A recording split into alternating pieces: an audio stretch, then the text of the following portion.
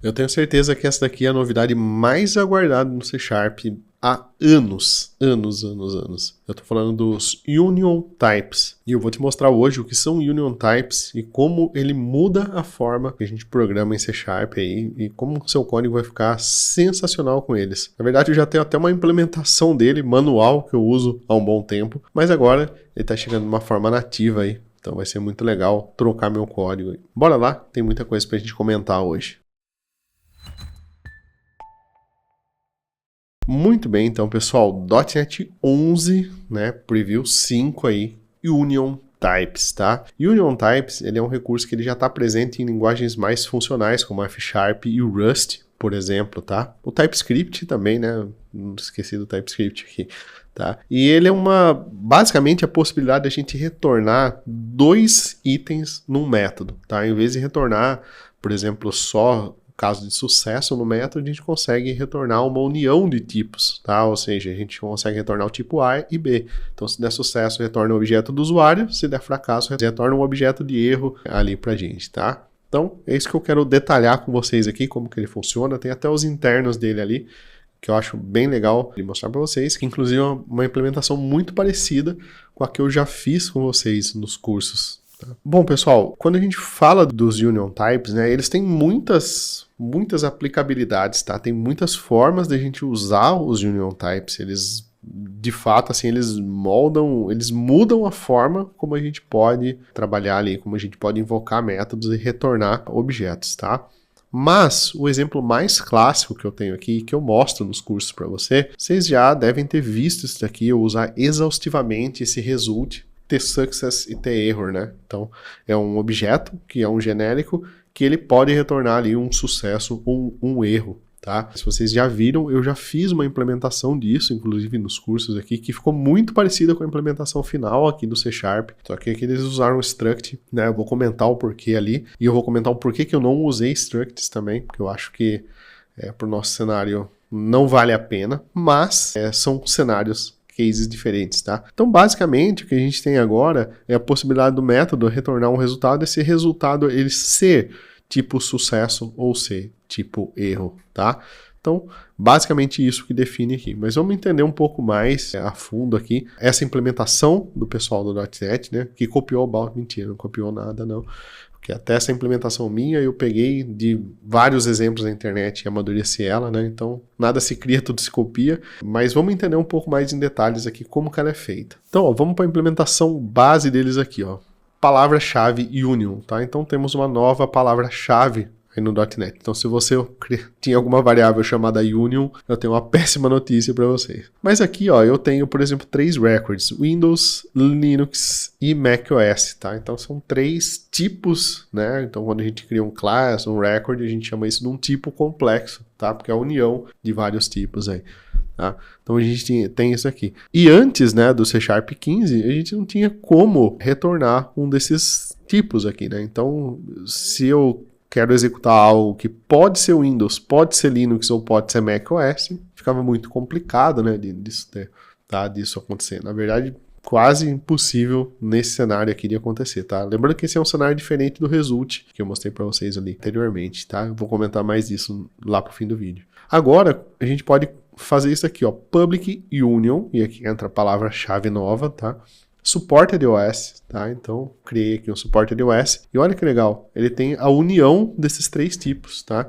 Então, é como se eu estivesse criando um novo tipo, que é um Supported OS, que ele é a união desses 3 tipos, ele pode ser qualquer um desses 3 tipos, tá? Então, na hora de criar a referência, tá? Eu posso usar tanto a conversão explícita quanto implícita, tá? Então, posso usar aqui, ó, supported OS igual new supported OS, tá? E passar aqui o macOS, tá?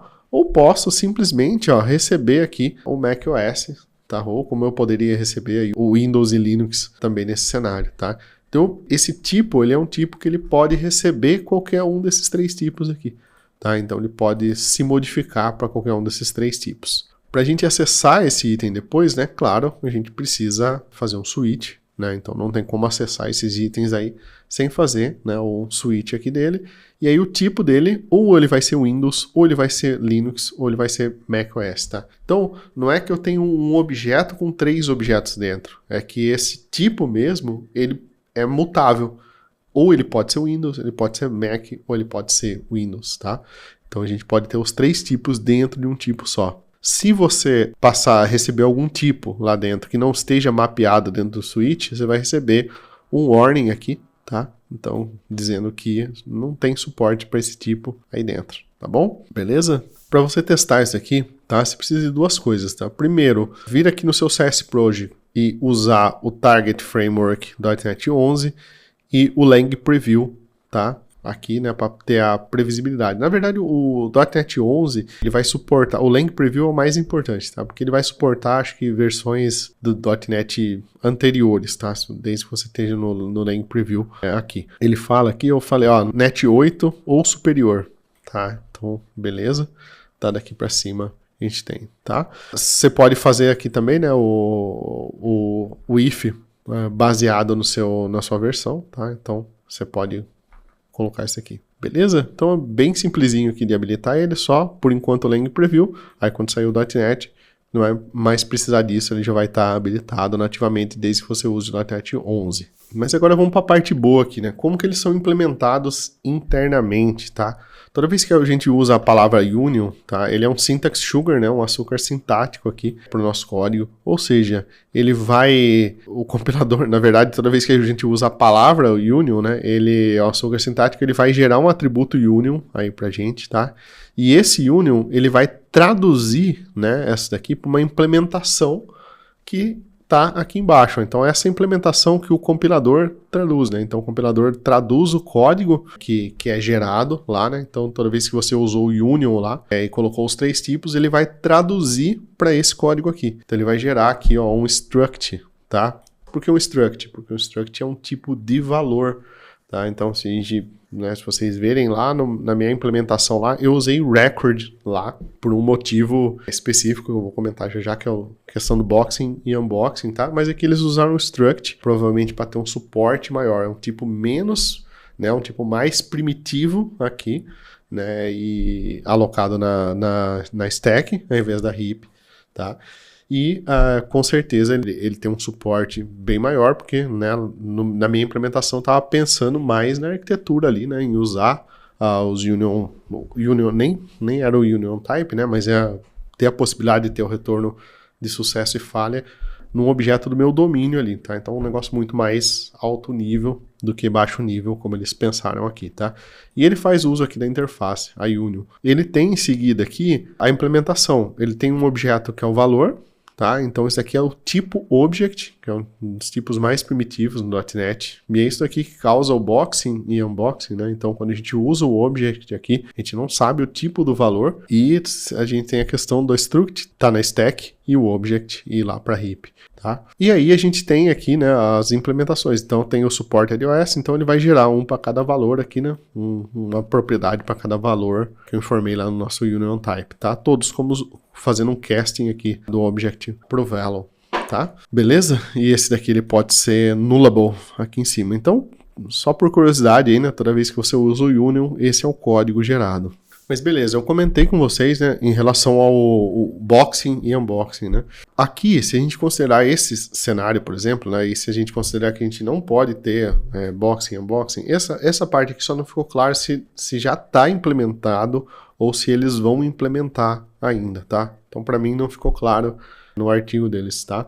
A gente tem aqui, ó, int or bool, né, que pode retornar um inteiro ou um booleano, tá? E se a gente considerar que esse vai ser o código gerado, né, e que a gente vai usar isso exaustivamente, tá? Ficar fazendo casting de object aqui, tá? Com certeza vai degradar a performance da aplicação, principalmente se a gente precisa executar isso de uma forma massiva, né? A gente sabe que para evitar essa parte do boxing e unboxing, a gente pode implementar o try-get-value, né? A gente pode fazer o try-get-value aqui e trabalhar sempre com valores fixos, né? Então a gente trabalha aqui, em vez de ter o valor no tipo object, a gente tem uma implementação dele, né? Que tem o booleano e tem o inteiro aqui, né? Então a gente faz esse chaveamento e usa aqui o try-get-value tá? Out por value, ou try get value out por value de booleano, tá? Então, ou faz o cast inteiro, ou faz um cast do booleano, tá? E assim a gente não precisa trabalhar com o object lá em cima, tá? A gente só tem um cast aqui, né? Um chaveamento aqui nele por objeto, porque é obrigatório aqui dentro do iUnio, né? Da interface iUnio, tá? Então, não sei dizer se isso daqui já está implementado ou se vai ser um próximo passo deles aqui, tá? Beleza? E aqui tem a execução dele também, tá? E aí, nesse caso aqui, ele não teria nenhuma alocação aí no heap, né? Toda a alocação seria no stack. Primeiro porque eles, né, um inteiro e um booleano aqui, né? São dois tipos primitivos aqui, que muito provavelmente vão pro stack, não pro heap. E a implementação dele, ela também contempla a parte do pattern matching, tá? Então, se você comparar union types, né? Então, você pode ver aqui, ó, o getPat is var pet, né? Comparado com pet, ou isDog, né? Já é um outro tipo, então a gente consegue fazer essa comparação aqui. Como esse aqui é um aglomerado de tipos, a gente consegue fazer essa comparação, inclusive verificar se ele é nulo, né? Porque por padrão ele pode ter essa assimilação de nulo aqui, tá? Então, bem legal, a gente já tem o recurso nativo do C# de Pattern Match aí sendo aplicado aqui também. Mas bora lá, né? Vamos ver como fica a nossa implementação aí do result, né? A reescrita da implementação do result com exception, tá? Então, primeiro a gente descartaria toda aquela classe que eu já criei lá, né, do result com todos aqueles itens lá, e a gente teria um result aqui de T, né? Ou com um retorno possivelmente sendo T e o outro exception, error, o que quer que você queira retornar aqui dentro do seu result, tá? Então, toda aquela classe que a gente tinha criado lá, ela se resume agora a uma única linha de código, tá bom? Pois deixa nos comentários aí se vocês querem que eu traga uma implementação lado a lado, né, do que tinha e do que passou a ser agora, tá bom? Beleza? E aqui agora, dentro do nosso método, né, então tem o result aqui de string, que é ler o arquivo, por exemplo. Eu tenho o try e eu tenho a possibilidade de retornar um file.readAllText, que é uma string, tá? E eu tenho a possibilidade de retornar a minha exceção. Em vez de dar um throw exception aqui dentro, eu posso retornar essa exceção para ser tratada lá fora, tá? Então eu posso retornar mais de um tipo aqui. Então eu posso retornar uma string ou retornar uma exception nesse caso, tá? Então, olha que legal. Aqui eu tenho o resultado, tá? Então, lembrando que agora esse resultado aqui, ele vai ser um objeto duplo, tá? Ele vai ser ou uma string, né? Ou um exception, tá? Mas ele vem os dois aí. Então, a gente precisa aqui, ó, da mensagem, né? Ter um switch. Então, caso seja conteúdo, a gente coloca leitura bem sucedida. Caso seja exception, a gente dá a exceção na tela e joga a exceção na tela. Tá? Se você já viu minha primeira aula de Rust aqui no canal, né? Que eu passei há um tempão atrás, eu mostrei essa parte também que o Rust faz muito bem isso. Tá bom? Beleza? Inclusive, essa implementação aqui, ela é muito parecida com a do Rust, né? Onde a gente tem o none, vírgula t, né? Ou seja, não tem nada, ela pode retornar, ela pode ser zero, entendeu? Simplesmente nada. Tá bom? Beleza? Ainda vai ter mais funcionalidades aqui, mas depois vocês dão uma lida melhor no artigo aí, tem um FAQ, tem um glossário, tem muita coisa aí para vocês verem, e tem nas fontes aí também, lá no fim do artigo, né, todo o artigo original, né, do qual se originou esse aqui, tá bem? Perfeito, então pessoal, era isso, espero que vocês tenham curtido essa implementação aí dos unions no C# 15, eu particularmente gostei bastante, vou ter que refatorar meu código, com certeza, mas é aquela refatoração boa que a gente fica feliz, porque estamos eliminando bastante código, né, injetando mais código nativo, mantido pela Microsoft, e que com certeza vem com uma performance melhor aí que o nosso, tá bom? Mas agora, claro, quero ouvir de vocês aí, se vocês gostaram dessa novidade, se vocês querem uma comparação aí entre a implementação antiga que eu tinha versus a nova na prática aí com a arquitetura limpa, ó, daria um vídeo bem legal essa parte aí, tá? Deixa nos comentários aí para eu saber o que vocês querem e para a gente fomentar mais o assunto, tá bom? Um abraço e até o próximo vídeo.